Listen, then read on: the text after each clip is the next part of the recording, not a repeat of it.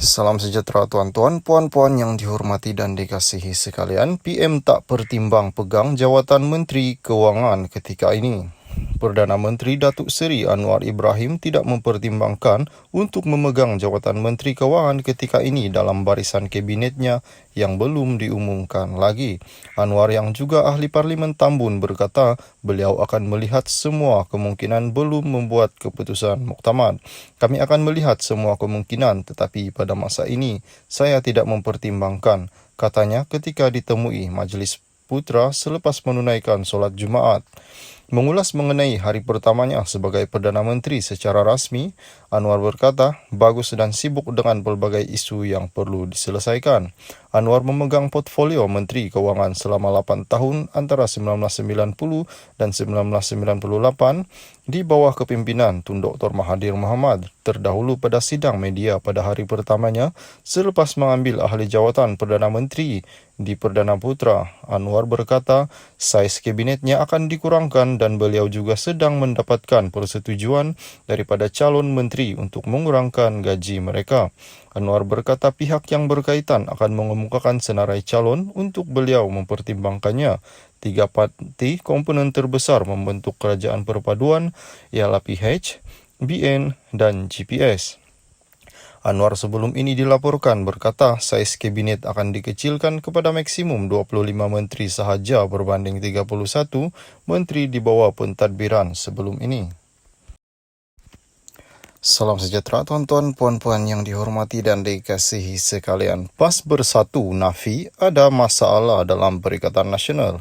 PAS petang ini memberikan pencerahan mengenai pendirian sebenar mereka mendepani kerajaan perpaduan yang diterajui Anwar Ibrahim. Timbalan Presiden PAS Tuan Ibrahim Tuan Man berkata pendirian rasmi parti itu adalah parti yang terpapar dalam kenyataan yang dikeluarkan oleh pemimpin tertinggi Perikatan Nasional.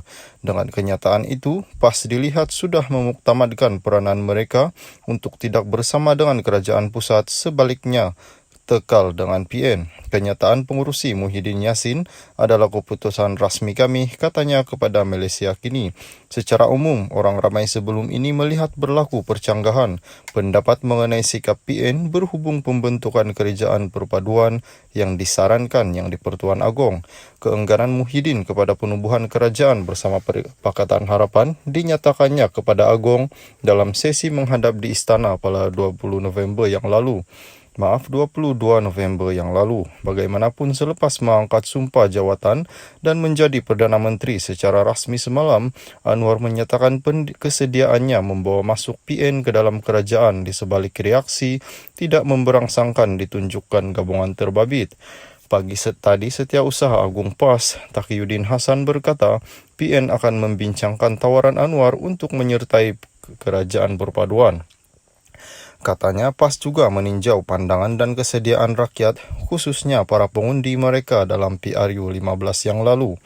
Cuma berbeza perkataan, tidak lama kemudian Muhyiddin menyatakan akur dengan pembentukan kerajaan perpaduan yang ditarajui PH dan PN akan memainkan peranan semak dan imbang kepada kerajaan.